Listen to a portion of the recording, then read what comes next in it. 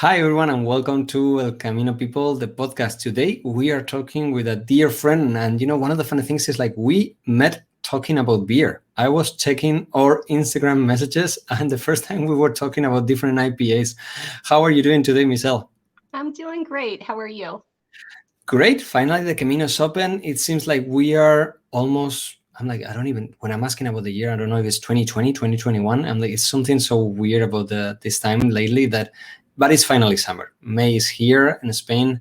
Finally, the trees are blossoming. Weather is getting a little better. We start seeing people going to the beach, and finally, all the borders are open.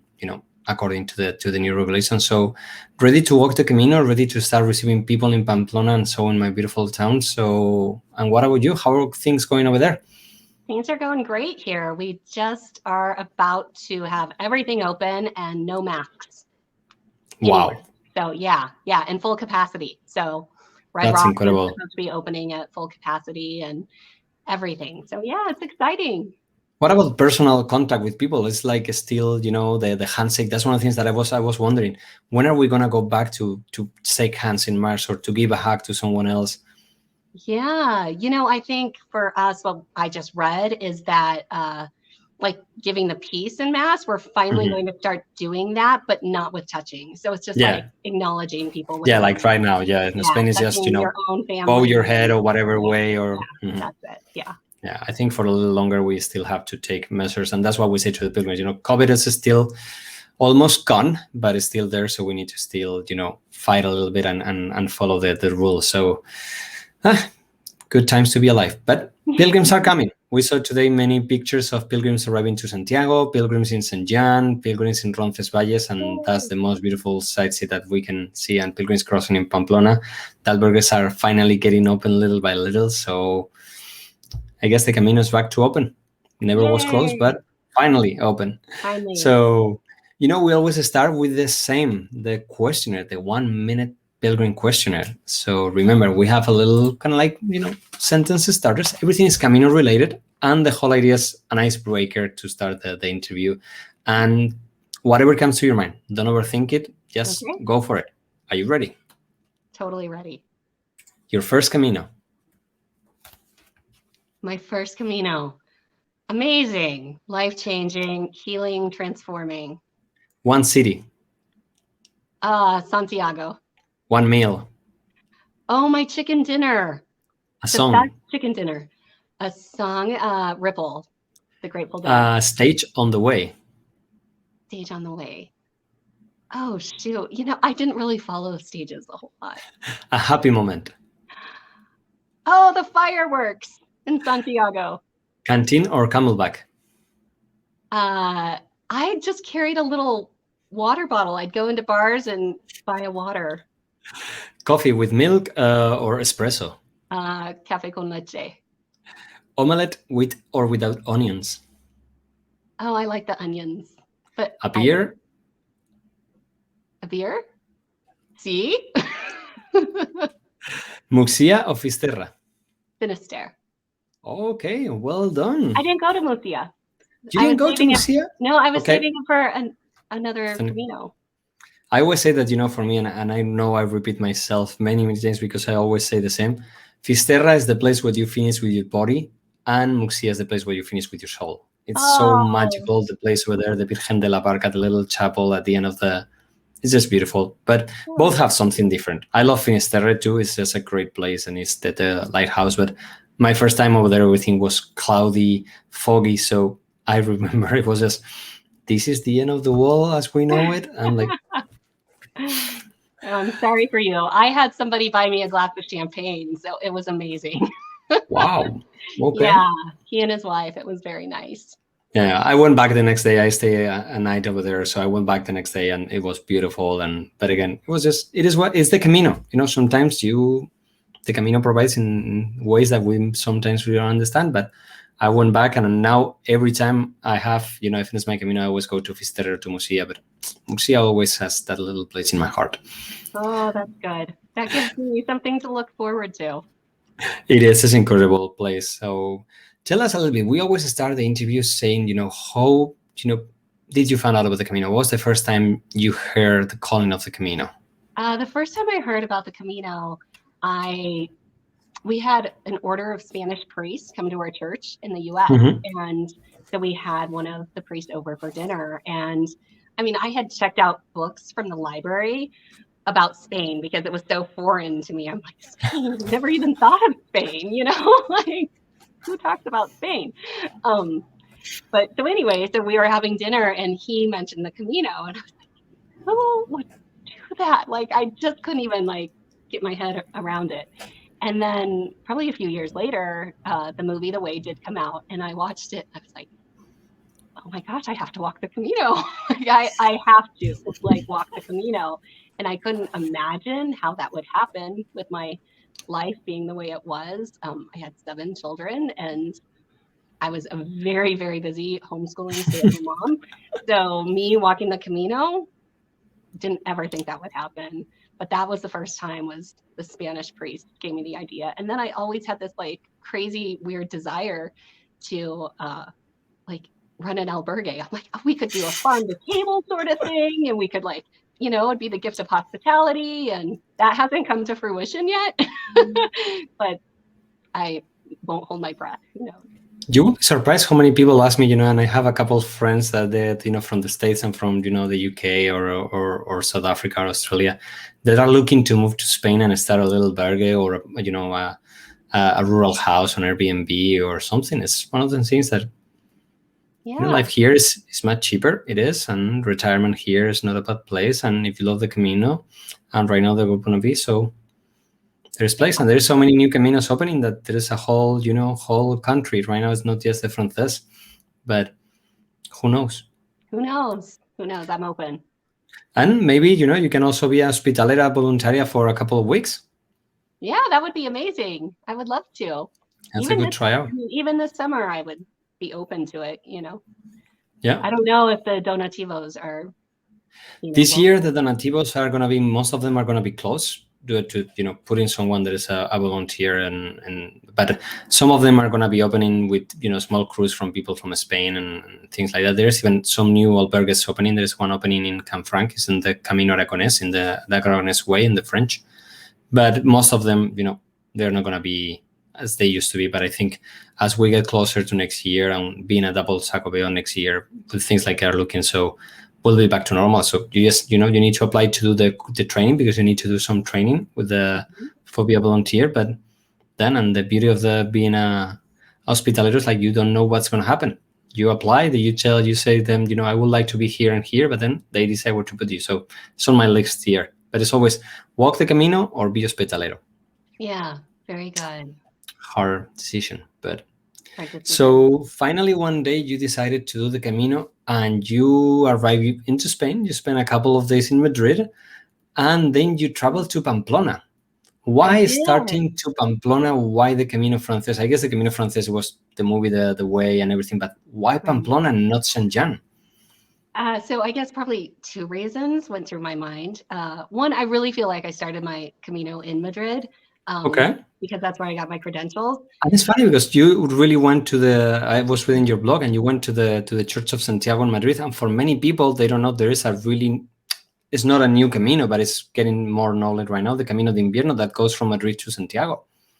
Yeah, I didn't know that there was that. I didn't know anything because when I landed in Madrid, I was hoping to actually like rent an apartment in Madrid and settle down and then maybe walk the Camino the following year. And that didn't work out. And so when that wasn't working out, I was like, well, I can't just stay with this friend's family forever. Like God has to be calling me to something else. And so I had called a friend and I said, I think I'm going to walk the Camino. And he said, so it wasn't planned at all. You just arrived to Madrid.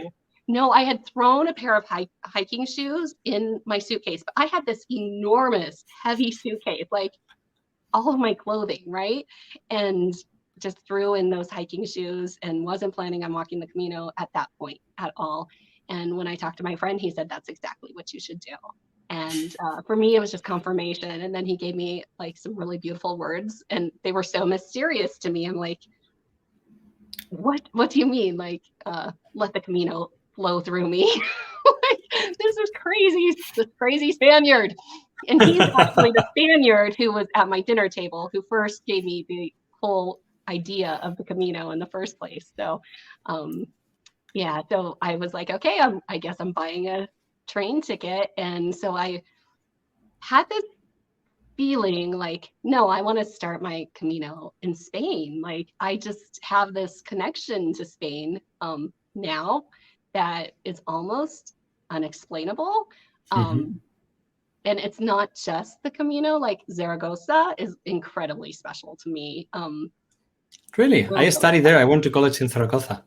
You did. So I'm sure you've been to the cathedral there. Of course, the El Pilar, La Basilica del Pilar, and that's such a, and also, it's connected to Santiago a lot. Well, I know Our Lady appeared to Santiago.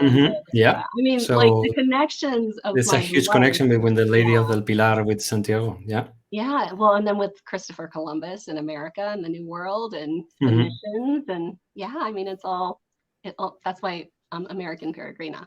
See, there's like this. That was another question, like why the naming American Peregrina, but now everything makes sense. Yeah. So, so I wanted to really start my Camino in Spain. And then the other very brutally honest part is I read about the hike from St. John to Pamplona as being so incredibly difficult. And I literally, as the mom of 7, I spent my life in a van driving my children from activity to activity to activity. So like, I was not in the best physical condition at all. And so I wasn't even sure if I'd be able to make it not even to Santiago. I was like, I hope to make it to Santiago. That's all I would say. And then I said, and I hope to make it there by the 24th and just for the feast. And so that honestly is why I thought, I'm going to give myself the best chance and skip St. John and skip the Pyrenees and start in Pamplona. And then I didn't know I would be hit with Mount Pardon right in the beginning either. So that kind of kicked my butt. That's a beautiful, but I guess right? You go up and then you think you're like, the worst way is going down. I usually go up, I'm the lucky one living in Pamplona, is right here in front of my window. But I going up the Perdón, people are like, oh, this is hard. I'm like, no, wait for what is coming. Going down is horrible because there's no easy way with all those stones and pebbles and so painful. Honestly. That's why it's great to start in Saint Jean, because you are like, this is nothing compared to where I came from. I don't know. I still honestly don't have like this great desire in me to start in St. John. Anyway, next time you came over Saint Jean, we can skip it, but you have to visit Roncesvalles. That's a mandatory visit. For pilgrims, like you say, maybe the whole Saint Jean is a little too much. I will suggest going to Roncesvalles. That's because it's so beautiful. The monastery up there. It's really the gate of the Camino in Spain. Is the main hospital that is written in the Codex Calixtinus as a place in Spain where pilgrims used to stay. So, and from Roncesvalles to Pamplona is all the way down.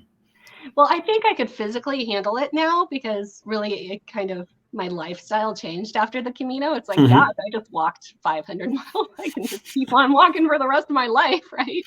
But, I wonder too, though, because part of COVID, what happened is I started to do genealogy when we were quarantined and quarantined in my mom's basement. And so I started doing genealogy, and I don't know if it's all completely accurate, but I traced my ancestry back to some saints who are from Brittany.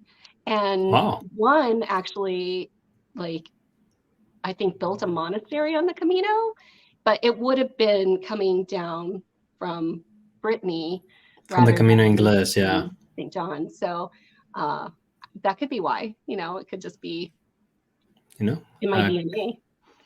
Incredible. That can be for a whole movie, maybe, the new way. Oh, gosh. Maybe. So how was the beginning? As I read through your blog, your first day in Pamplona, you arrived here, you weren't thinking about the Camino at all, but you decided to go to the cathedral. For the ones that know, the Cathedral of Pamplona is beautiful inside. It's horrible outside because it's modern, but it has some magic to it. And you start over there when there's a lot of pilgrims. The beauty of starting St. John is like the main group starts there, or Roncesvalles, but you start right there in Pamplona. Not so many, a lot of pilgrims start, but how was the feeling of finally, as you say, you go to Madrid being a tourist, and then you arrive in Pamplona as a tourist, but then you go to the cathedral, you stay for the mass, and then suddenly you are a pilgrim. Yeah, I mean, it was really amazing. It was really special. Jose Maria, who was the volunteer there, he was just gave us a tour, and then the priest who was there, we had this little like, group time, I guess, for the pilgrims, and that was really cool. But I really felt like a pilgrim before then. I really felt like at the Pilgrims Mass in Madrid, that's when I became Yeah, true. Sorry, so, because you no, already it's went to good. Madrid and It's you get good. But your no, credential. I met pilgrims there that I would walk with throughout my Camino, like Darko from Croatia, this huge giant of a man, and we would cross paths a lot. So, I mean, I still feel like I had that experience. And then I met a lot of pilgrims who started in St. John, and because they were injured walking over the Pyrenees, doing that little hard part that I skipped, they were going a little slower on their Camino. So, yeah, it was good. And then suddenly the Camino starts. So was it what you expected, what people say from the movie? Because a lot of times I think right now there is a big problem that there's too much content about the Camino, really. I'm one of the ones that people ask me why you don't do what to carry, what to speak. I'm like, no, the Camino is half of the beauty of the Camino is discover it and, get injured, get surprised. And even if you read all the blogs, but how was it for you on your first day of, suddenly you get your backpack and you start walking? It was, I mean, I didn't know anything. So people are walking past me saying Buen Camino. And I'm like, what the heck are they saying? I'm like, what are they saying? And I'm like, I don't know what that means. I mean, I knew nothing. I literally just knew nothing. And so you were one of the few ones I that didn't loved research any YouTube, Facebook, nothing.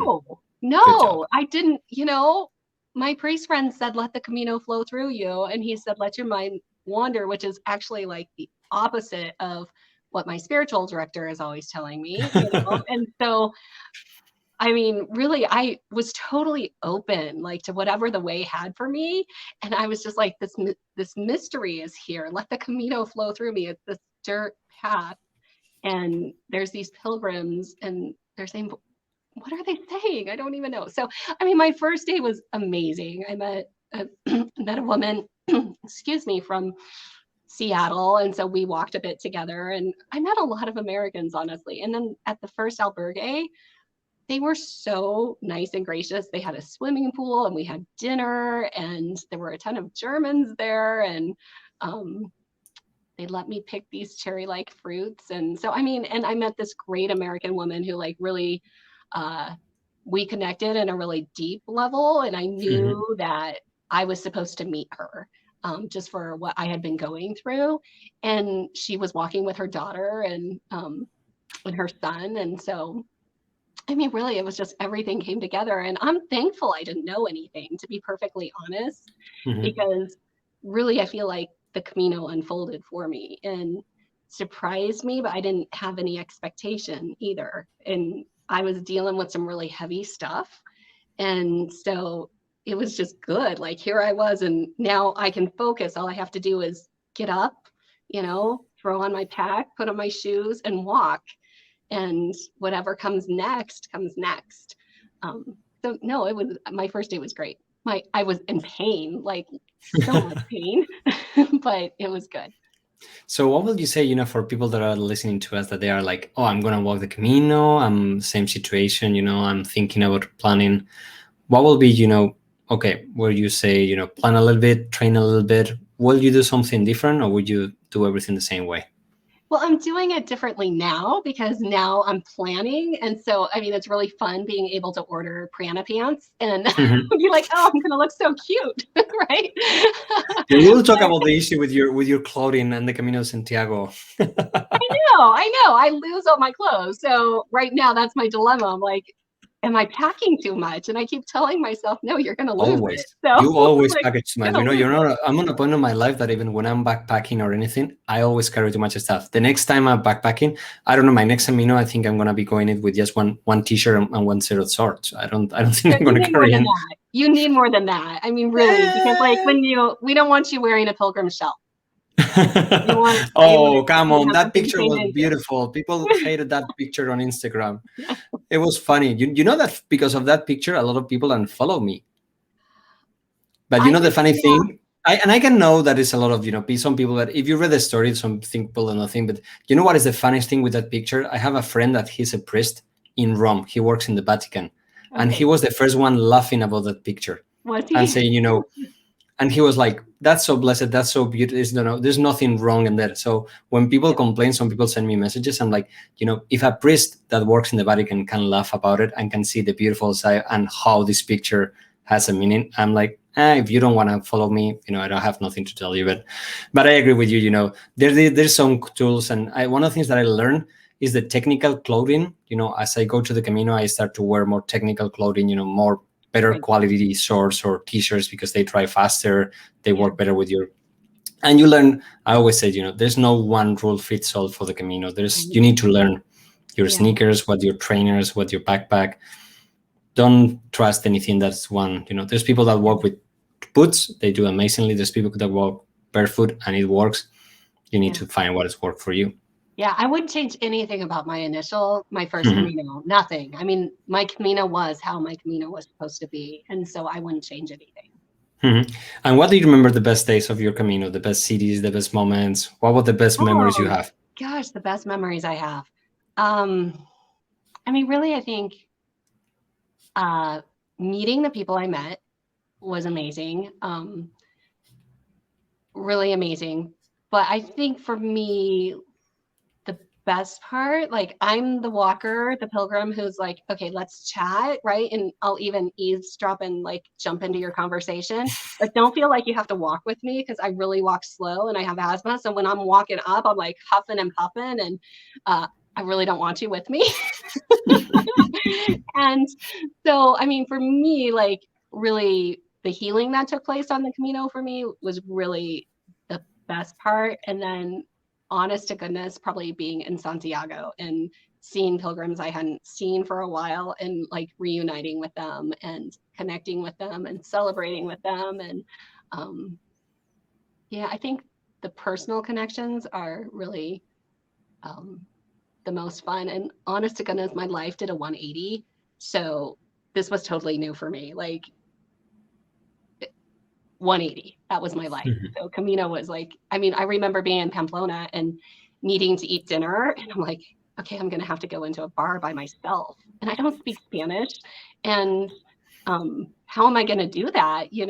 And honestly, my first experience with people in Pamplona was not positive. It was on the public bus, Yeah, and they I know. literally knew I was American and would not let me off, and they were blocking me. And so I'm like, how am I going to do this? And so like that for me, just walking into that bar and ordering the pinchos just with a big smile and like pointing and saying, I hope you understand me. And they were so nice and gracious. So I mean, it was Uh, just like this, yeah. new world, I guess, for Things me. have changed in Pamplona, but it's true that from people coming from the States and from the country, it's a big of an impact. We are really close society. My group of friends, for example, we've been together all our lives since we're like 3 years old. We go Yeah, to same school, same church, same club, same everything. yeah, Pamplona is a small little village, but that's why I say, everybody, send me a message. I'm here. I would love to show you around. But it's true that, once you get to, and that's one of the beauty of the Camino. So it's funny because you mentioned that, because that was my next question. The Camino with no speaking Spanish. Any problem at all, or the um, opposite? no, I didn't have any problem. I just learned, excuse me, I just learned that if I said things like I was asking a question such as el baño, then people would help me, or I'd go misa. And it was interesting because most people, or a lot of people, didn't know what I meant when I said misa. And I'm like, I would get angry and frustrated. I'd say, misa, misa, misa. Like my Spaniard would come out in me. But no, so it honestly wasn't a problem. And I found that most people wanted to speak English with me Hmm. and practice their English.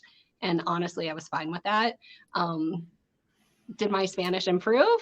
Yes, it did greatly. No, but I feel like my experience was past the language. It was more, I really experienced the culture, and the culture really, I wouldn't say that I became the culture or the culture became me. It was like this strange internal draw that was already there. I don't know. Like maybe I have no Spanish in me. I did my DNA. No Spanish in me, but like I'm strangely Spanish. It's weird. Hmm. But It's funny. fully American too. I learned that walking the Camino. So I love the way you say it on your blog. Smile plus pointing equals flute plus beer. I'm like, yes, happy pilgrim. Yeah, happy pilgrim. happy pilgrim. Yeah. There's not Funny, much more. funny story though. There was this woman who she was trying to order toast with jam at this albergue, and she was Eastern Hmm. European, and the woman gave her toast with ham, and so she went up and said, "No, I want toast with jam. I want toast with jam." And the woman's like, "I gave you toast with jam. I gave you toast with jam." And so I pointed to the board. I'm like, she means she doesn't want limon. She wants, jelly. Mermelada. You know, it was just very funny. Lost in translation is beautiful. I Yeah. love languages. It's just hilarious with the things that happen. But yeah, so no need for learning Spanish, no. No, no need, but I didn't experience a need. And that's one of the things, a lot of Spaniards, if you come in the summer, a lot of people hear English. It's finally getting more people speak better English, but it's true that as we see, people from the States and from the UK, Australia, people will hook you up and it's like, oh, finally my time to try it out and learn to speak. Because in the old days in Spain, we will learn all the grammar and writing, but we never learned to talk. Right. Right now it's changing, with immersion programs in school and colleges, but still we are one of those countries that, and that we get really along with Italians because they're the same. Their English is kind of like, but we understand each other. So if you're from the States or where, don't be surprised if people from Spain go around you trying to speak English all the time to improve their English. Yeah, that's true. And one of the things that I love about you is that you always say, that your faith, you're Catholic, you go the Camino and you were looking there. And how was the Camino? Right now, a lot of people say the Camino is not a faith journey. Some people say that it's a sport. Some people say it's a tourism. For me, I always say that, no matter what you think you're going to the Camino for, if you're walking the whole Camino, there is something more than tourism or a sport. Call it whatever you want to call it. Has many names, but how was the Camino for you? I think I agree with you. I think if you're open to more on the Camino, then you'll experience more. If you're totally closed, which I did meet some pilgrims who were like that, Mhm. then you won't receive Yeah, anything. I met even pilgrims that they were like, I don't want to go into the Cathedral of Leon at Burgos. I'm like, dude, I'm not talking about religion. It's just a monument that has been there and you're never going to be able to see it. You come from the States. You don't Yeah, know what next time you're going to come into Spain. right. Visit it. It's Yeah, €5. so It's not beautiful. expensive. Right. Mm.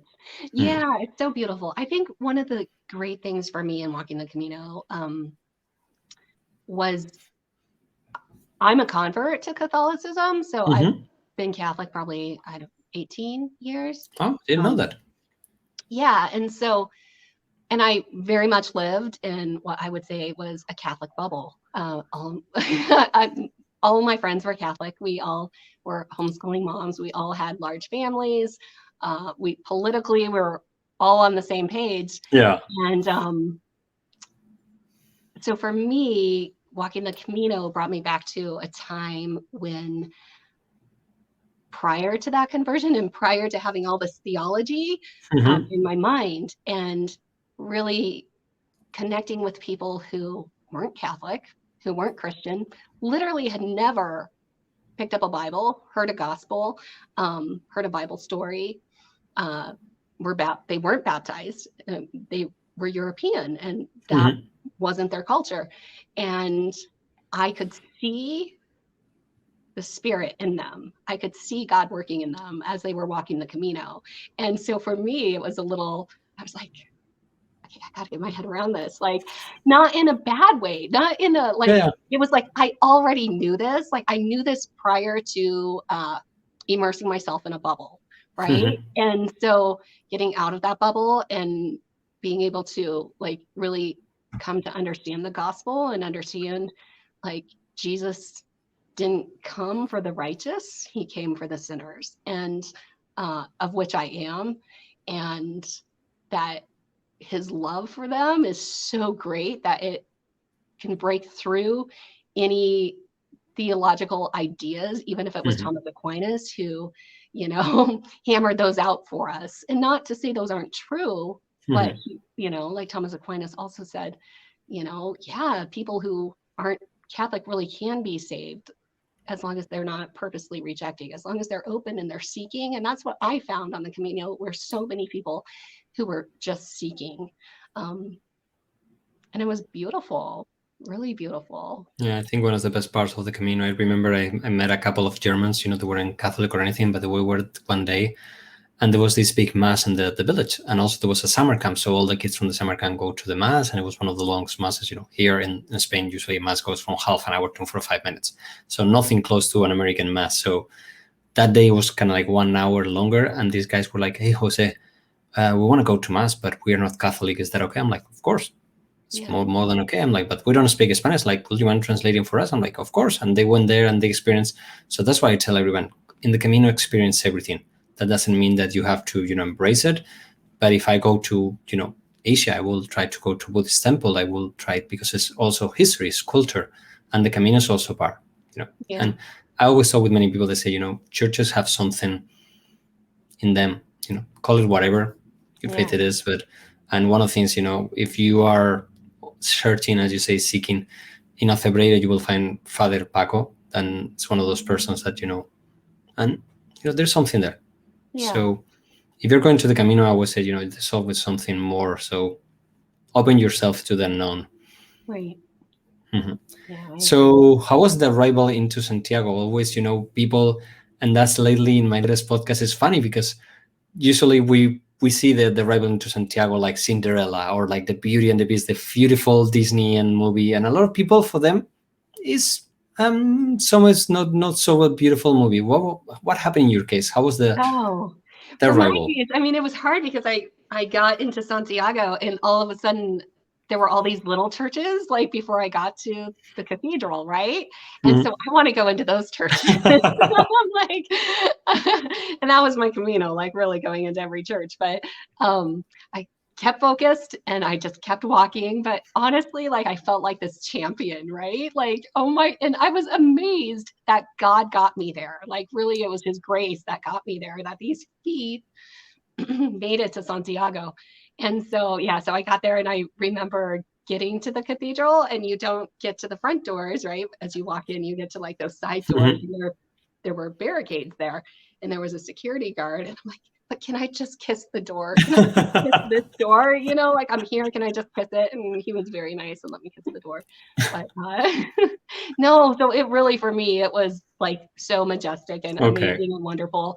Unfortunately, I got my Compostela, and a pilgrim who I was walking with a lot and spent a lot of time with, he was one who was going for the 50 kilometers a day sort of thing. So he had already made it to Finisterre, Murcia, and he had come back to Santiago to meet me.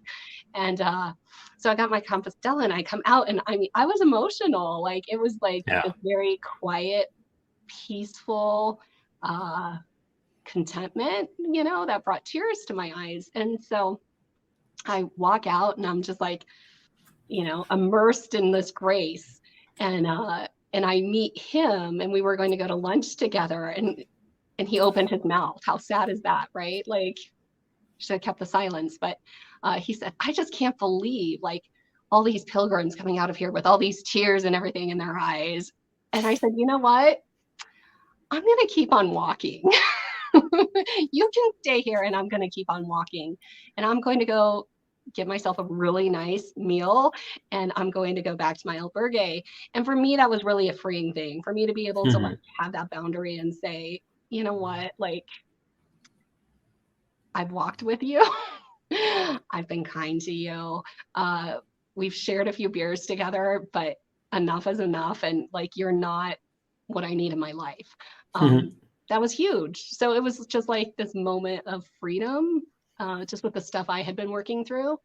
Yeah, so it was It's good. incredible how the Camino puts you things in front of you yet you never expected, no? But they are there for a reason. Yeah. And then I met all the other pilgrims that I had met, and that was amazing and fun. And I mean, gosh, Santiago throws an amazing party. I mean, really amazing party. I think, honestly, my favorite city in all of Europe is to be in Santiago on the 24th. I am not, I know. I mean, there was that bus issue, but the food there was amazing. The food was amazing. No, Santiago is beautiful, and I agree. One of the things that I say, everyone, the best keep it secret when you finish your Caminos is stay for a full day in Santiago. Go to the Plaza Obradoiro and wait for other pilgrims to come. Yeah. And just seeing, the smile, the faces changing from people that you walked days prior and everything. That for me, that's one of the best, and then you go to a restaurant for a good meal or lunch, and then you can go back to Fisterra or you can continue or going home. But take one full day in Santiago is one of the best things. And as you say, I never been on the day of Santiago, but it has to be incredible. Yeah, it really is. I had to take 3 days. I mean, it was so good. And then I told myself I need to get my butt in gear and get back to being a serious pilgrim. But that's the great thing about being Catholic, right? We get to party. And that's one of the things, I always say to everybody, people will say, and talking, if you listen to the podcast, you're like, oh, they're talking all the time about church and everything. But no, the Camino has the beauty. And that's why I think, that the French is so well for the first time, because you can be faithful. You can go to mass almost every day. You can pray. You can have your personal time. You can do yoga. You can do whatever, but you can also party. And there's nothing wrong. And that's the beauty of the Camino. You have to embrace all of that. I remember people that were hungover on the following day, not because they drank too much, but a couple of beers at night when you're walking 30 kilometers a day or 20 something. For some people, it's too much.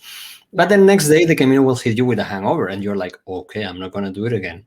Yeah. But in Santiago, one of the things to do is to celebrate your revival. And it's such a beautiful city to celebrate. Yeah, it really is. It's amazing. So if you're there, you have to party. And now that things are open, you have to party in Santiago. Yeah, and you have to, if you don't know where to go, tell me and I will tell you at really, really good bars. But the food is amazing, the wines and the beers and everything. And I only drink beer, but it's one of the things that you have to do. Beer.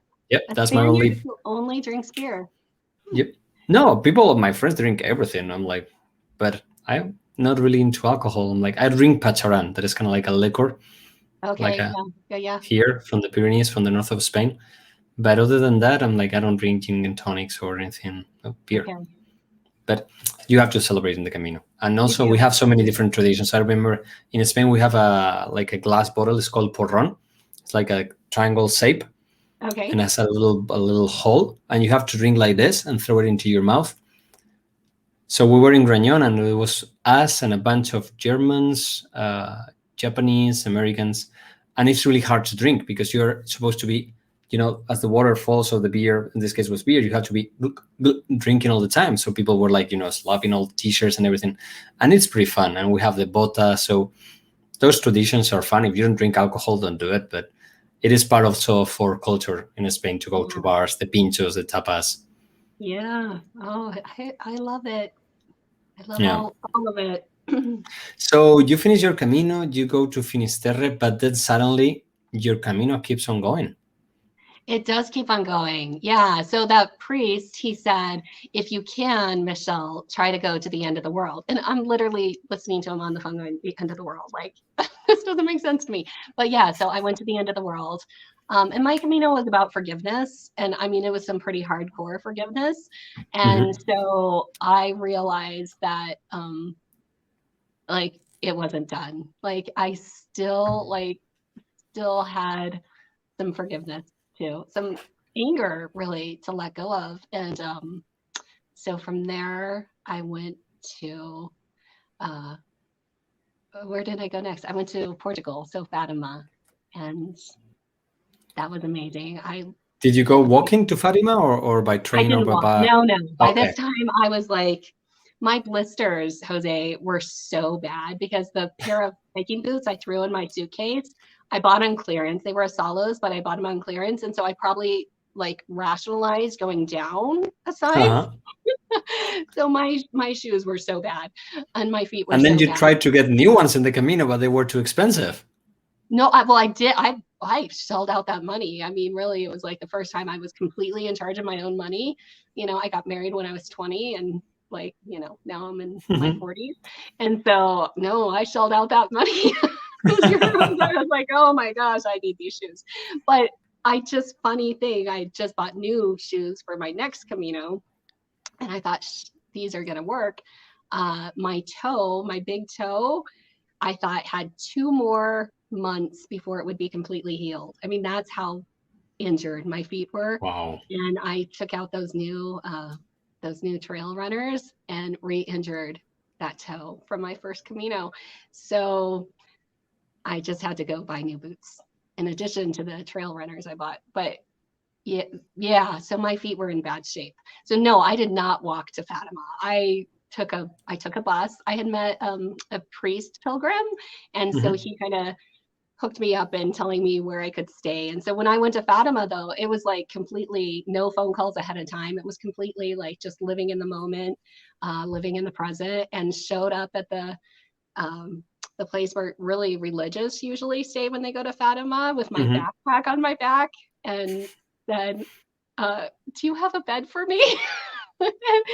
And he said, well, we have a whole room for you. And I was like, oh, a whole room to myself, you know? So, and it was like 20 euros. And he's like, and do you want meals with that? I'm like, oh my gosh, yes, I want meals. So yeah, so it was great. It was so amazing. So it wasn't in your plans at all. It was something that came out just meeting this priest in Santiago. Yeah, I just knew that's what I was to do next. And so that's how I try to live my life, is like just kind of living in the present. I really believe that's where God is present, and the only place God can be present. He can't be present in our past, and he's not present in the future because he's right here in the present. And so that's how I try to live. And so that was one of the amazing things about walking the Camino. When we talk about being Catholic and having people who aren't Catholic around us, I was amazed, truly amazed how God used completely people who were even atheists or, you know, whatever, to give me my next direction and to let me know his will for me. And so, yeah, and that's the beauty. Many people will say, you know, it's just, many people will think, you know, it's just a casual thing that happens. Many people will say, okay. And for us, we know that there's a higher person that is putting all of that, and why the Camino provides. So true always. Completely provides. So how was Fatima? For the ones that don't know, there's, you know, the Camino Portuguese, there's the yellow arrows that go up from Portugal all the way up, but there's the blue arrows that go from Santiago to Fatima. So a lot of people, they walk from Santiago to Fatima. It's another pilgrimage. It's not so famous, but it's beautiful. So how was Fatima? Fatima is amazing. I mean, it was so beautiful. I felt like I could live right there at the sanctuary for the rest of my life, and I'd be happy and content. No, it was really beautiful. And Our Lady of Fatima, for me, I mean, prior to being Catholic, I mean, I was scared of Mary, to be perfectly honest, like terrified of her. Really, I'm not even exaggerating. So, and now she really is my mother, like the best mother I could have. But no, Fatima was amazing. And just for me, it wasn't like anything specific, but it was just all these graces, like just unleashed. And I could feel the Holy Spirit just working in me. And I mean, the promises that were made at Fatima were amazing. And then we're connected to a pilgrimage I just recently took to Krakow with Pope John Paul II, like with his assassination attempt, with the children being shepherds. That was really beautiful. Like my grandfather, he was a shepherd. So that for me is just a special connection. No, Fatima is just amazing. I think everyone should go. I think everyone should go to Fatima. It is so different than Santiago. It's totally different. I don't know how to explain. It's just different. The feeling, everything. Yeah, it really is different. I mean, it was amazing to see people like walking on their knees, and going around in their procession. And Hmm. yeah, the candle thing was a little weird for me. And I asked at the sanctuary, I said, can like, what's up with the candle thing? It's kind of freaking me out. They said, we don't really know. Um, they just keep doing it. Yeah. So I was like, okay. But I mean, amazing thing too. I had dinner with the grandson of a man who actually saw the miracle of the sun. Wow. Yeah, so that was really amazing. And then met an incredible priest from Kenya, like such a happy spirit who he, like me, was like going through some pretty heavy duty suffering, yet Hmm. he was still on pilgrimage. Hmm. And it's just the people are what It is. It's all about the what's people. wonderful. That truly Yeah, is.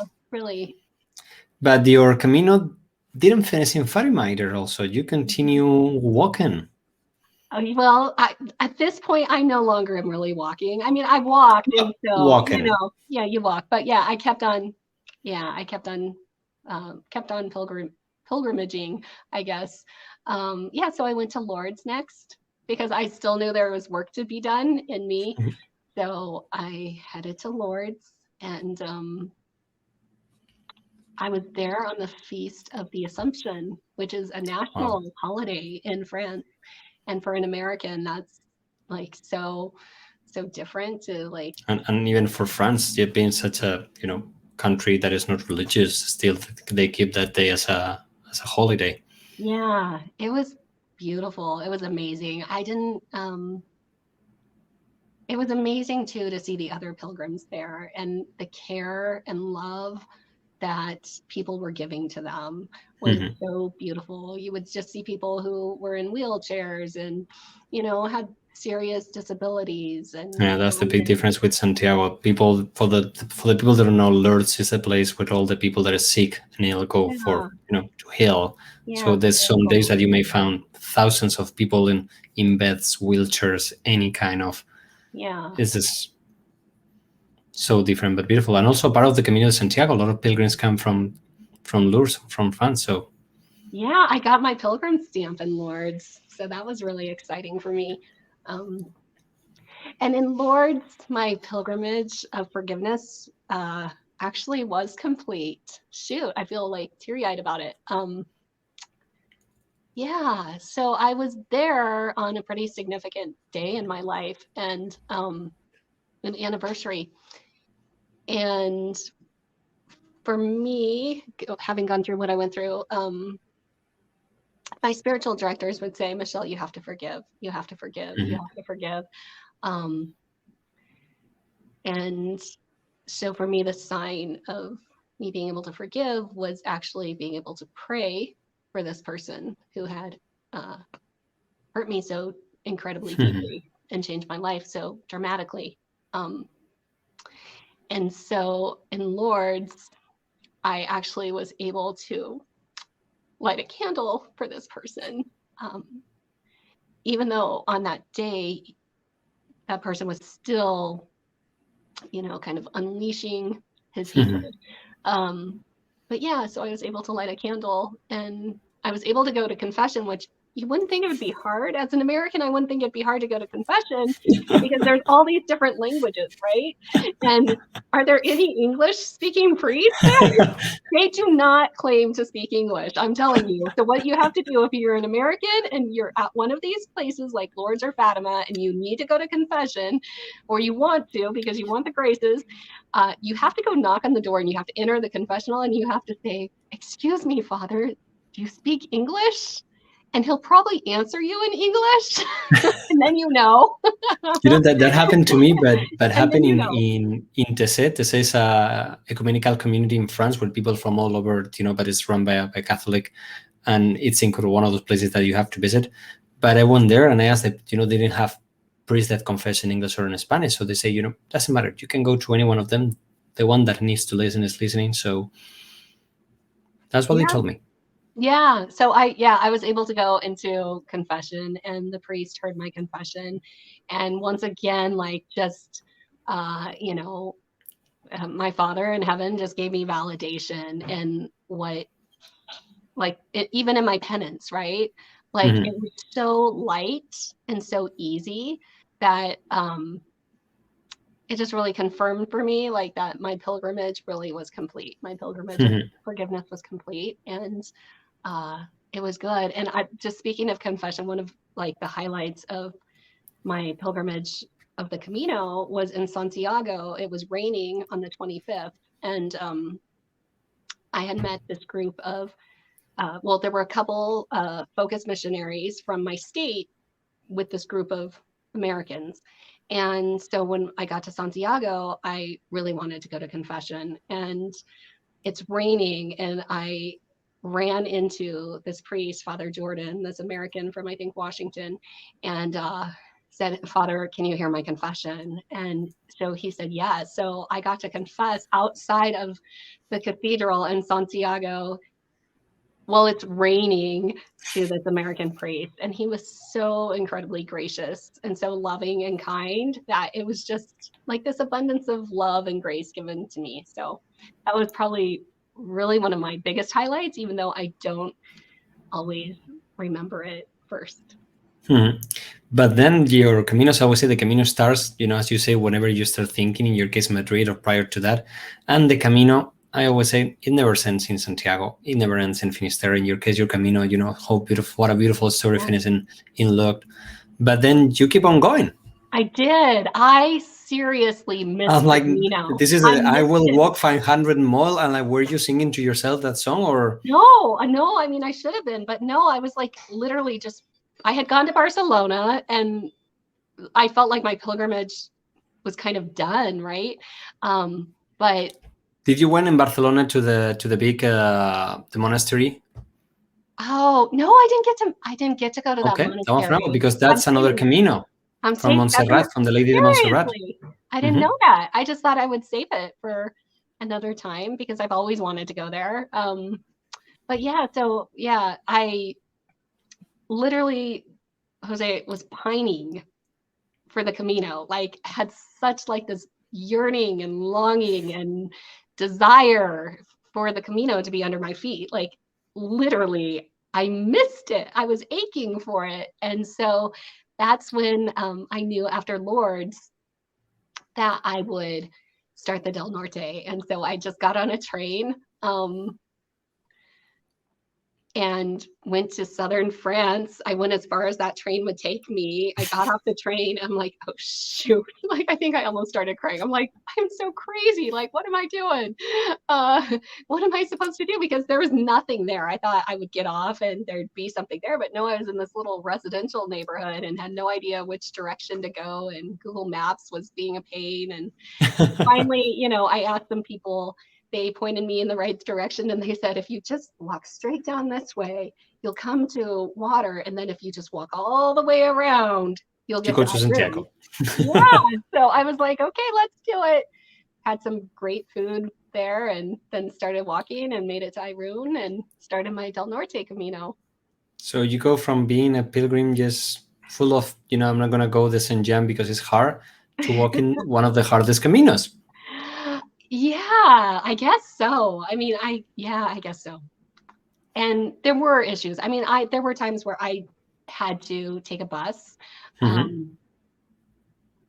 didn't have my inhaler. I ran out of my inhaler for my asthma.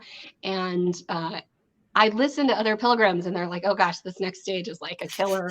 And so I start getting afraid, and I'm like, I don't have my inhaler. And if I get stuck up there having an asthma attack, I mean, nobody's going to bring me a nebulizer. So so I couldn't actually, I chose not to walk one stage because I kept trying to even taxi my pack. I'm like, if I can just taxi my pack, that will take that weight off and I'll be okay. I couldn't taxi it. So yeah, going to Deba, I had to take a bus, and they don't want me to stay at the albergue because I had taken a bus, but really somehow I had convinced them. That's something that I don't get, my Spaniard came out of me, and I was like arguing a bit with them. And I'm like, this used to be a hospital. This is for the sick pilgrims. I can't walk. Like I already walked to Finisterre. I'm a serious It's pilgrim. not like I want to. This is because of my illness, and that's one of the things Yeah, that I always say to everyone. Even if you don't want to, it's your own camino. Figure out your own way. But in yeah. case like yours, I'm like, I don't know how a hospitalero can say no. Yeah, they That's actually just said yes. wrong. Yeah, Okay. so I was like the first pilgrim, and Deb, I got the first bed, which was really, really kind, and Mhm. really, I really wanted to be walking. So yeah, so I made it to Bilbao. I met amazing, amazing pilgrims on my Del Norte, which I guess some people have felt like there aren't enough pilgrims that they make great connections, but the pilgrims I met on the Del Norte, they are serious, Yeah. serious pilgrims. Yeah, good Mhm. friends. I mean, So Insta friends now, Insta Camino friends, but yeah. what will be, right now as we get closer, and like you have walked the Camino Frances, you have come from a, you know, rough time in your life. Then you go to Lourdes, you go to Fatima, you walk Del Norte. If you have to give, 5 advice to someone that is listening to us, that is thinking, I'm on that moment of my life that I need to do something like this. If Michelle can do it, I can do it. I'm like, this You is can right do for it. me. Yeah, no, really, honest to goodness. Like when I say like I was not in good shape, I was not in good shape.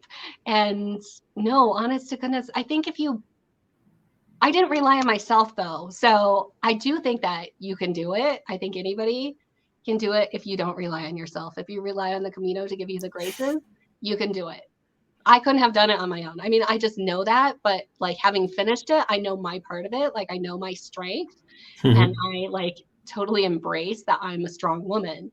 Um, and that there isn't, any dichotomy in being a Catholic woman and being a strong woman. And that for me, like now it's integrated and it's really beautiful. So I think it's a great way to find your strength and to find to like, for me, it was rediscovering myself. It wasn't Mhm. finding myself. It was like, no, I'm rediscovering who I have always been, Mhm. um, but wasn't free to express. So yeah, if I can do it, really, I think anybody can. But I really do believe you have to rely on the graces of the Camino, not on your own. Totally agree. I love what you say. It's not, you are not walking the Camino. You let the Camino allow you to walk in a way, and the Camino will give you. But if you are open, as you say, I've seen people that has been the most sportive, guys, all, super fit, Yeah. being kicked in the bad by the Camino, and all this, 80 something years old pilgrims working with a smile in their face. That is just, there has to be something there, something else. Yeah, it's beautiful. The Camino It is is. beautiful. So, what will you say? 3 advice to anyone Oh, that is listening right there. Someone that say, American Peregrina. What will be the 3 advice for the pilgrims coming from the States? oh, coming from the States. Uh, shoot. I think it's just one, just be open. Hmm. Two, this might be controversial, but don't apologize for being American. I mean, my gosh, like I love my country. I love her Hmm. ideals. Like we've gone through probably the craziest year we've seen in a long, in a couple hundred years, and our country's pretty young. Um, I love her ideals.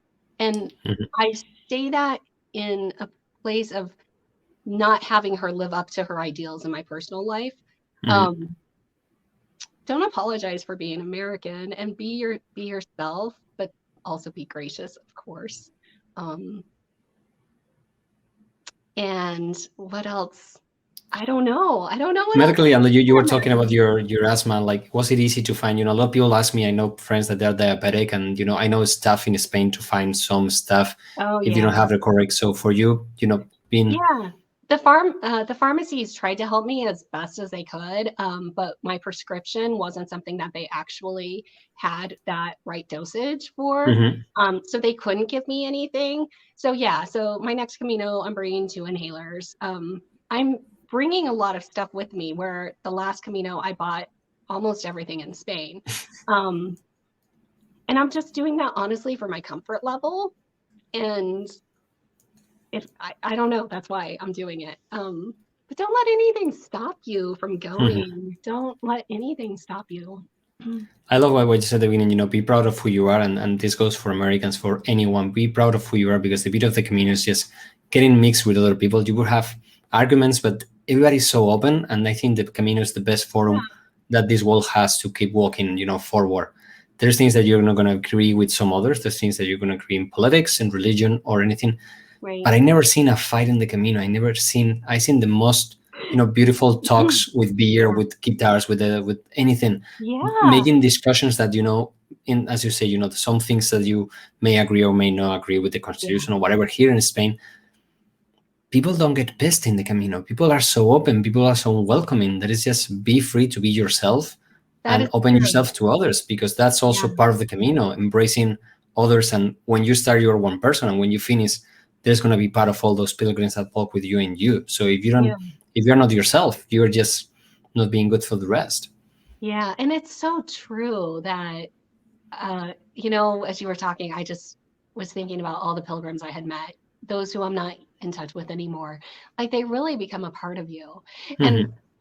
And for me, I had to learn that it was okay for me to be pissed. I mean, I had some guy like being really condescending about kilometers and miles, and I had already walked 500 miles, right?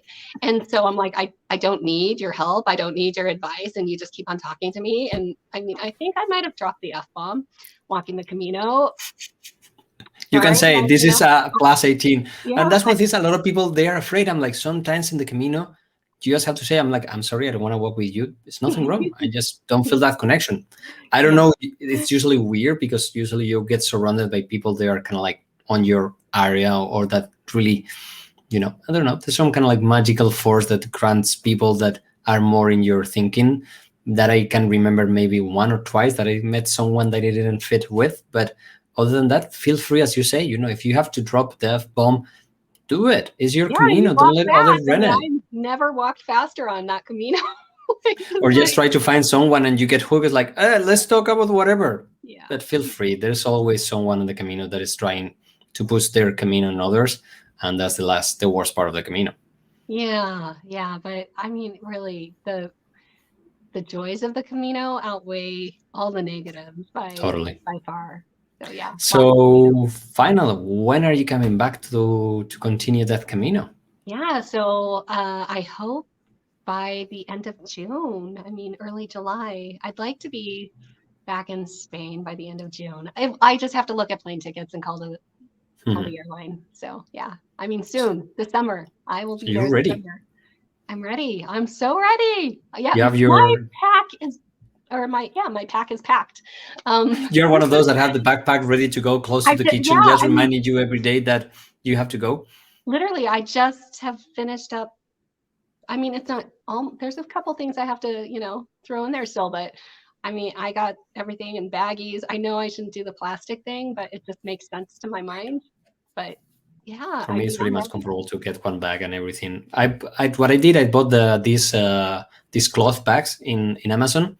Okay. So I have everything, in different bags. So when I have to pull something on my back, I don't have to be looking for. That's one of the good things to remember. People, usually Koreans and some Americans, are noisy, and the plastic bags make a lot of noise. So you have this super cheap on Amazon, and I'm not getting any commission, but they're like cloth bags, and you can put, your underwear, your clothing, your gear, your everything, and it's so much easier to pick. And I do have packing cubes this time, but for those some are reason, great. Like our baggies just still have this draw for us. I do want to, since you mentioned Koreans, shout out to all the Koreans on the Camino. I seriously loved them. Thank you for all the, albergues who put me in rooms with them, because I was just like, these are. You know why they come to the Camino? The main two reasons that they discovered the Camino, Koreans. Why? One, the Catholics. A lot of them are Catholic. Yeah. But two, there was a K-pop band that did a TV show on the Camino. Really? So they were like the Backstreet Boys of the time. You remember the Backstreet Boys? So there's a band in Korea that is kind of like on that level of well-known. And also they put it on the CV when they finish, in college and everything. It's one of those things that you are proud of it and you put it in your curriculum. Wow. Yeah. So that's what we're seeing, more and more Koreans every year. I found them just to be amazing people, super open and warm and very American. And I hate to say that, but like, I like people with differences, but when you're traveling for so long, like there's something comforting. I now have like this great affection for Canadians too. So That's beautiful. Coming from America, finally, they are both countries are joining and smiling together and just making fun of the heads, like in South Park. Hey.